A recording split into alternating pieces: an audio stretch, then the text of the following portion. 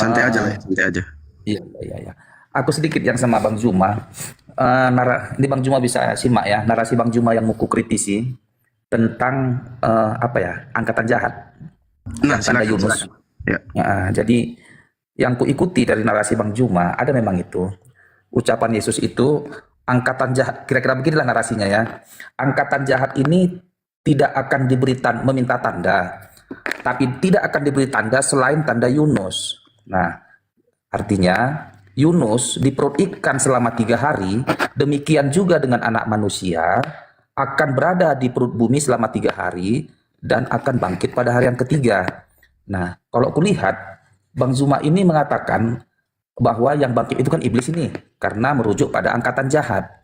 Padahal narasi itu bukan begitu. Angkatan jahat ini yang diucapkan Yesus itu merujuk kepada ahli Taurat dan orang Farisi yang meminta tanda pada Yesus. Tapi Yesus nggak memberi tanda kecuali tanda Yunus. Tanda Yunus ini sebenarnya, Yunus di perut ikan itu sebenarnya nubuatan akan Yesus yang akan berada di dalam bumi, di alam kematian selama 3 hari. Dan Yunus yang dimuntahkan dari ikan ini, begitulah Yesus yang bangkit pada hari yang ketiga.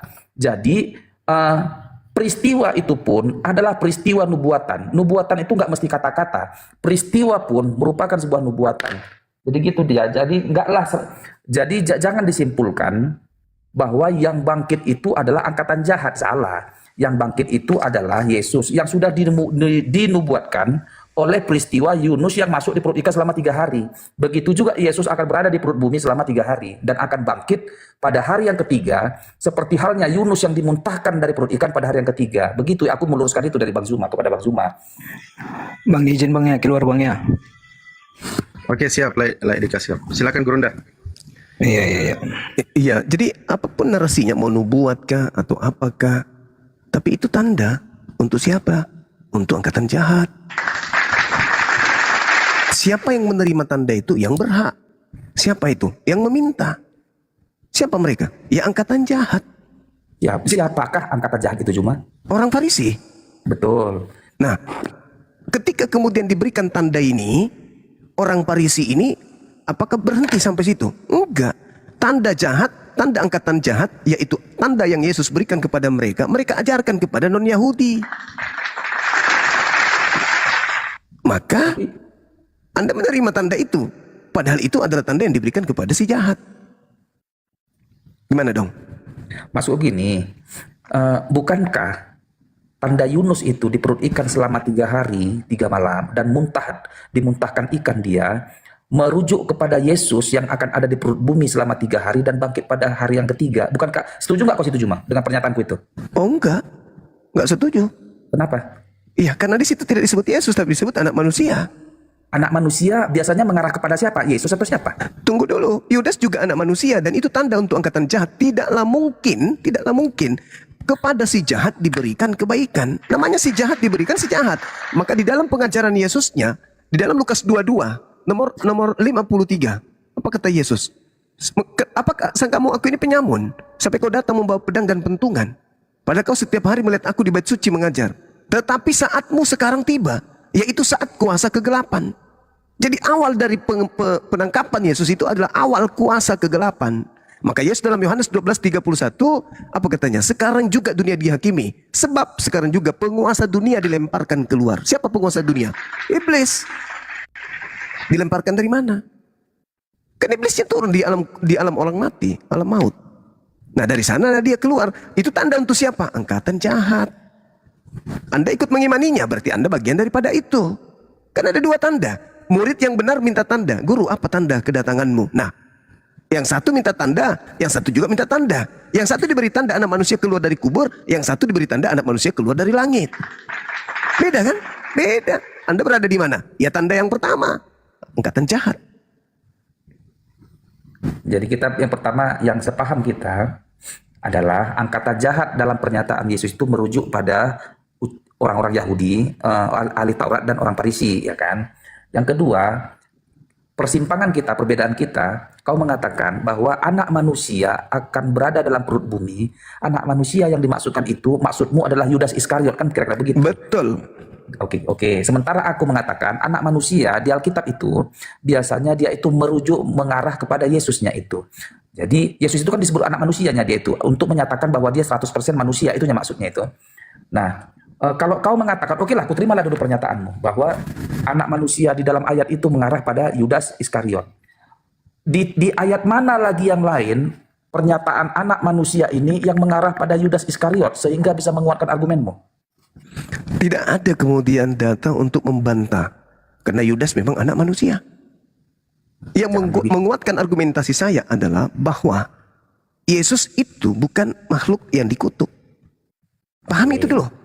Nanti Apakah Yesus adalah makhluk yang dikutuk? Bukankah yang dikutuk ini adalah yang menerima suap?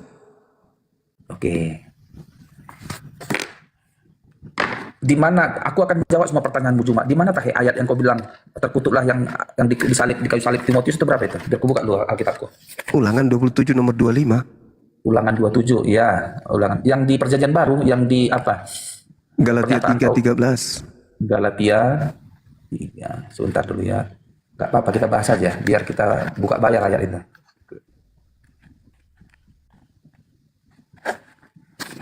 Galatia.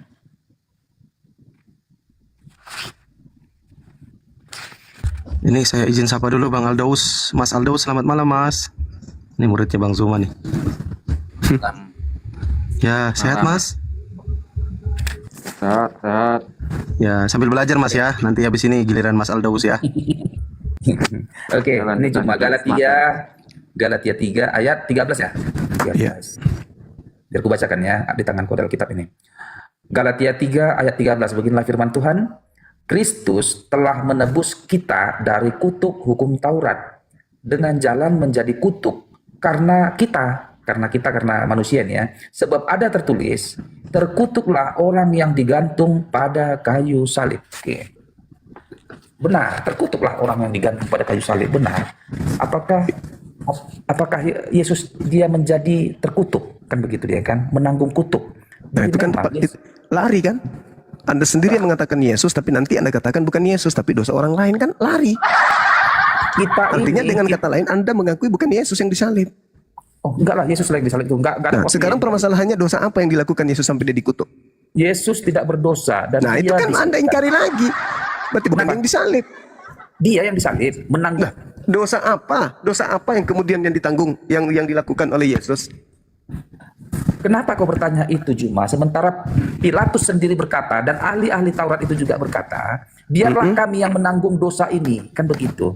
Artinya Pilatus menjatuhkan hukuman itu. Pilatus berkata begini dia, aku tidak menemukan satu kesalahan pun dari orang ini sehingga dia layak dihukum mati. Katanya kan tidak bersalah dia itu.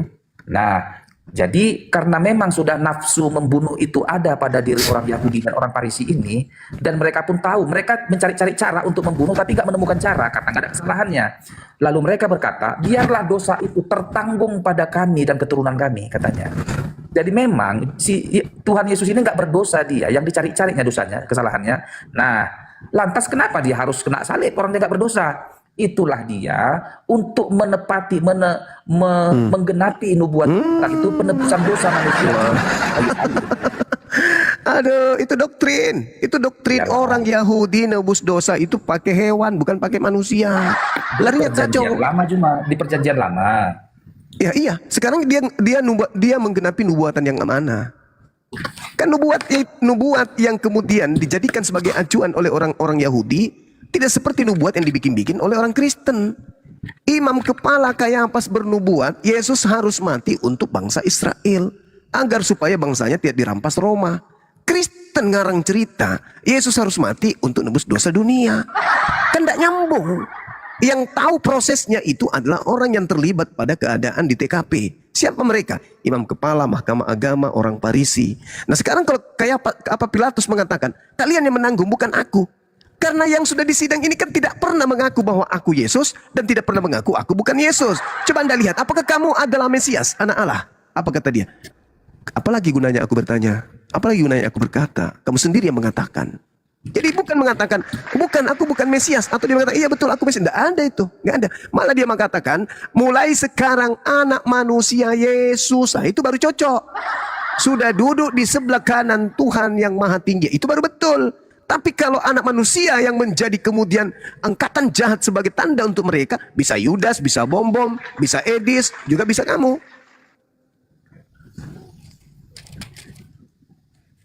Karena Yesus itu adalah hamba yang dilindungi. Pokoknya siapapun dia pasti manusia. Tapi tidak Yesus. Karena Yesus adalah manusia yang tidak berdosa. Yesus adalah orang yang dikasihi. Oke, Juma, boleh kita lihat Markus 14 ayat yang ke-61 ya. Ini dia. Oke. Kau bilang tadi Yesus tidak mengaku. Ya, dan aku bacakan semua samamu Markus 14 ayat 61. Ya. Tetapi ia tetap diam. Ia tetap diam dan tidak menjawab apa-apa. Ini pertanyaan imam besar itu nih ya di sidang imam kepala. Dan tidak menjawab apa-apa. Imam besar itu bertanya kepadanya, N besar, kepada Yesus sekali lagi. Katanya, apakah engkau Mesias, anak dari yang terpuji? Ini ya, tanda tanya, petik ya. Jawab Yesus, akulah dia, kata Yesus, dan kamu akan melihat anak manusia duduk di sebelah kanan yang maha kuasa dan datang di tengah-tengah awan di langit. Jadi sebenarnya Injil Matius, Markus, Lukas, Yohanes, ini sebenarnya perjalanan Yesus, peristiwa perjalanan Yesus di dunianya ini, pelayanannya. Dan ini adalah kesaksiannya sebenarnya ini. Injil ini kan kesaksian. Jika satu peristiwa, satu orang yang menyaksikannya, bagi orang Yahudi itu nggak diakui, cuman kau aja yang ngomong itu. Cuman satu saksi nggak laku. Paling sedikit 2 saksi baru laku. Makanya Injil ini, 4 ini, Matius, Markus, Lukas, Yohanes, peristiwa penyaliban itu benar. Jadi dia 4 saksi yang membenarkan peristiwa itu. Itunya maksudnya cuma. Ya, jadi gini Bung. Kalau Anda membahas Markus 14 kan udah beberapa saat yang lalu kita bahas tuh. Bagaimana seorang menggunakan kain lenan lari meninggalkan Yesus. Iya kan? Nah, di mana dia sekarang berapa kain lenan itu? Biar kita lihat dulu kain lenan itu. Lihat berapa? di data 52-nya kan? 52 Markus juga itu ya? Iya, Markus 14. Markus 14. Ya, ada memang kain lenan. Kita bahas kain lenan ini, siapanya manusianya ini. Sekarang kalau Anda membahas data kemudian Markus 14 di data 62, 61, 62 dikatakan akulah dia kan gitu. Wah, Mesias itu. Nah, sekarang kalau Yesus mengatakan bahwa waspadalah kepada penyesat yang datang kepadamu dengan memakai namaku dan berkata akulah dia, tergenapi enggak ini? Tergenapi apanya? Nah kan Yesus mengatakan penyesat itu berkata akulah dia. Oke, kita tunggu sebentar. Tergenapi enggak? Kita masuk ke wilayah Paulus ya. Yang Bukan, Yesus Markus aja dulu. Markus boleh. Kan di dalam Lukas 21 nomor 8 Yesus memesan muridnya, waspadalah kepada penyesat yang datang kepadamu dengan memakai namaku dan berkata akulah dia. Nah, orang yang disalib ini mengatakan akulah dia. Tergenapi enggak? Akulah dia. Itu kan Yesus belum mati. Penyesat itu datang. Kan saya sebagai muslim mengatakan bahwa yang ditangkap itu bukan Yesus. Bahwa pandangan saya ini si penyesat dan dia mengatakan akulah dia. Mari kita balik ke ayat itu. Ayat berapa itu? Pertanyaan saya saudara, di Markus 14:62, pertanyaan saya, ada apa orang-orang itu bertanya, apakah kamu Yesus? Apakah kamu Yesus? Apakah kamu Yesus? Kalau itu Yesus, ngapain ada pertanyaan itu?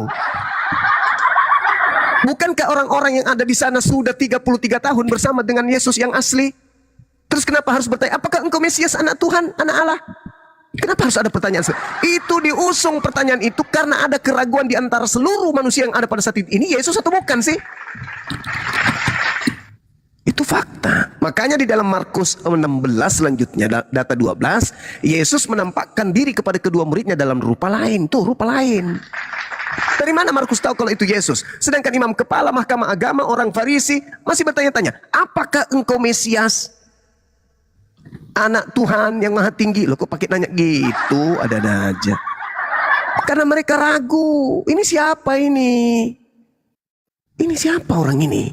Masa tiba-tiba hanya gara-gara menghilang beberapa saat saja, tiba-tiba muncul orang semua pada bingung. Ini siapa? Saya mengatakan bahwa yang ditangkap bukan Yesus, maka yang disidang bukan Yesus, maka yang disalib bukan Yesus, maka yang keluar dikubur bukan Yesus, maka yang disembah Kristen bukan Yesus. Selesai. Nah silakan Anda nyusun kemudian penelitian Anda bahwa itu Yesus, silakan. Tapi patahkan argumentasi perintah Tuhan bahwasanya jangan kau membunuh orang yang benar. Sebab aku Tuhan tidak akan membenarkan orang bersalah. Rubah data itu. Bunuhlah orang benar supaya aku Tuhan akan membenarkan orang yang bersalah. Kalian kan orang-orang bersalah nih yang ingin dibenarkan. Maka orang benar harus dibunuh untuk kalian supaya kalian itu bisa dibenarkan. Tapi dalilnya tidak begitu. Sedangkan Yesus berkata, aku memang harus pergi sesuai dengan apa yang tertulis tentang aku di dalam kitab Taurat. Bukankah Keluaran 24 itu Taurat? 23 itu Taurat. Ya kan? Terus kenapa harus mengacu kepada surah-surah Paulus? Kristus telah menebus. Kenapa harus ke situ? Sementara Yesus tidak merujuk ke situ. Yesus merujuk kepada kitab yang sudah tertulis lebih dulu. Yaitu Taurat disebutnya. Bukan Roma, bukan Galatia, bukan Filipi, bukan Efesus dengan matinya. Tidak ada itu. Yesus mengatakan, aku memang harus pergi sesuai dengan apa yang tertulis tentang aku di dalam kitab Taurat. Kitab Nabi-Nabi. Amsal 21:18. Orang benar diselamatkan dan digantikan oleh orang fasik. Orang jujur diselamatkan dan ditebus oleh siapa? Oleh orang pengkhianat. Dalil itu, dalil. Aku memang harus pergi sesuai dengan yang tertulis di kitab-kitab terdahulu. Nah, ada nggak di kitab terdahulu kemudian Mesias mati pada hari ketiga bangkit? Di mana itu bisa dibaca? Nggak ada, Bung. Nggak ada. Kalian aja yang memaksakan. Kenapa? Karena ada kekuatan yang terselubung dalam nama Yesus supaya orang bisa terpedaya dengan itu. Ayo. Jangan kau hancur komputermu, santai aja. Halo, yang gini cuma, yang bisa aku simpulkan, kau menjadikan kitab ini salah duduk, salah berdiri. Artinya, ketika di Injil Matius, Yesus itu kan nggak pala mengatakan, akulah dia, kan begitu kan. Dia mengatakan engkau sendiri yang mengatakannya, ngambang. Artinya nggak belak-belakan dia di kesaksian Matius ya, bukan Markus. Lalu kau berkata, nah kan Yesus nggak ngaku kan? Oke, batal ini hanya karena tidak spesifik Yesus mengakui. Kau menuduh, oh kan enggak, Yesus nggak ngaku. Oke, makilah. Lalu kutunjukkan Markus. Ketika Yesus di Injil Markus berkata, pertanyaan Kayafas itu, apakah engkau Mesias anak yang terpuji? Yesus menjawab dengan tegas, akulah dia. Lalu kau berkata, nah kan terjadi nubuatan di apa kan, yang di Matius 24 ayat 4 dan 5 kan kau bilang bahwa akan banyak datang penyesat dengan mengaku aku Mesias. Berarti apapun jawaban di Alkitab ini akan tetap salah sama kau. Lah, kitab itu yang menjelaskan isinya. Masa saya harus menjelaskan sesuai dengan bukan kitab itu? Kan jelas Yesus sendiri yang mengatakan, waspadalah kepada penyesat yang datang kepadamu dengan memakai namaku dan berkata akulah dia. Jadi yang harus diwaspadai siapa? Oknum yang memakai nama Yesus dan berkata akulah dia. Jangan yang mengatakan akulah cantik, akulah ganteng, tapi akulah dia. Lah orang waras harus paham itu. Sekarang permasalahannya, ada nggak yang mengaku akulah dia? Ada. Yang mana? Yang disalib. Nah, memungkinkan enggak itu betul-betul bukan Yesus? Memungkinkan. Kenapa bisa? Mustahil Yesus itu disalib. Karena salib itu adalah hukuman bagi orang yang dikutuk oleh Elohim. Sekarang pertanyaannya, dosa apa yang Yesus lakukan sampai dia sampai dikutuk? Dosa apa? Ada nggak dosa Yesus? Tak ada. Yesus tidak berdosa. Nah, berarti bukan dia yang disalib. Anda muter lagi ke sana. Tapi Anda maksakan karena Anda ego, ingin dosa Anda itu ditebus. Kan lucu. Ketika Anda mengatakan Yesus tidak memiliki dosa, dengan kata lain, mustahile Yesus yang disalib. Itu aja. Titik. Orang yang disalib adalah orang yang mati dengan jalan kutuk. Yesus mati dengan jalan kutuk. Na'udzubillah. Kemana perginya orang yang mati di kutuk? Surga, rupanya. Ini kesalahan konsep dari awal. Sebenarnya rangkaian demi rangkaian yang Anda kemudian ingin coba tegakkan itu pondasi awalnya karena dosa kaliannya itu yang ingin ditebus. Sehingga keinginan supaya masuk surga dosa ditebus, supaya selamat dosa ditebus, harus kalian merangkai data demi data supaya bisa sampai ke sana agar klop. Tapi tidak begitu. Yesus mengajarkan dosa ditebus itu dengan cara bertobat. Sekarang kalau Tuhan itu maha pengampun, bisa tidak Tuhan mengampuni dosa manusia tanpa harus ada yang salib-saliban kayak gitu, kayak aneh-aneh aja dah? Bisa nggak? Bisa. Dengan cara apa? Angkat tangan, mengaku di hadapan Tuhan. Tuhan ampuni dosaku. Terhapus gak? Terhapus. Lalu siapa yang mengajarkan manusia sudah menjalar ke bumi oleh satu orang sehingga menjalar kemana-mana sehingga harus ada pendamai? Siapa yang mengajarkan itu? Siapa yang mengajarkan? Hah? Paulus. Paulus yang mengajarkan itu. Ilmu dari mana? Dari si dia yang mengaku akulah dia ini. Ini si yang kerok ini. yang ngaku-ngaku akulah Yesus. Ini, ada nggak Yesus mengatakan waspada kepada Yesus? Ada. Yesus tegas mengatakan itu, waspadalah kepada Yesus. Mengaku Kristus. Nah, yang datang kepada Paulus, Yesus Kristus nggak? Yes, Yesus Kristus. Terus kenapa harus dipaksakan ketika sudah ada nasihat Yesus? Dan juga ajarannya bertabrakan dengan ajaran Yesus anak Maria. Kenapa harus dipaksakan? Tujuannya apa? Ya hanya sekedar untuk mendurhakai Tuhan dalam nama Yesus. Dia akan menyesatkan, mereka akan menyesatkan banyak orang.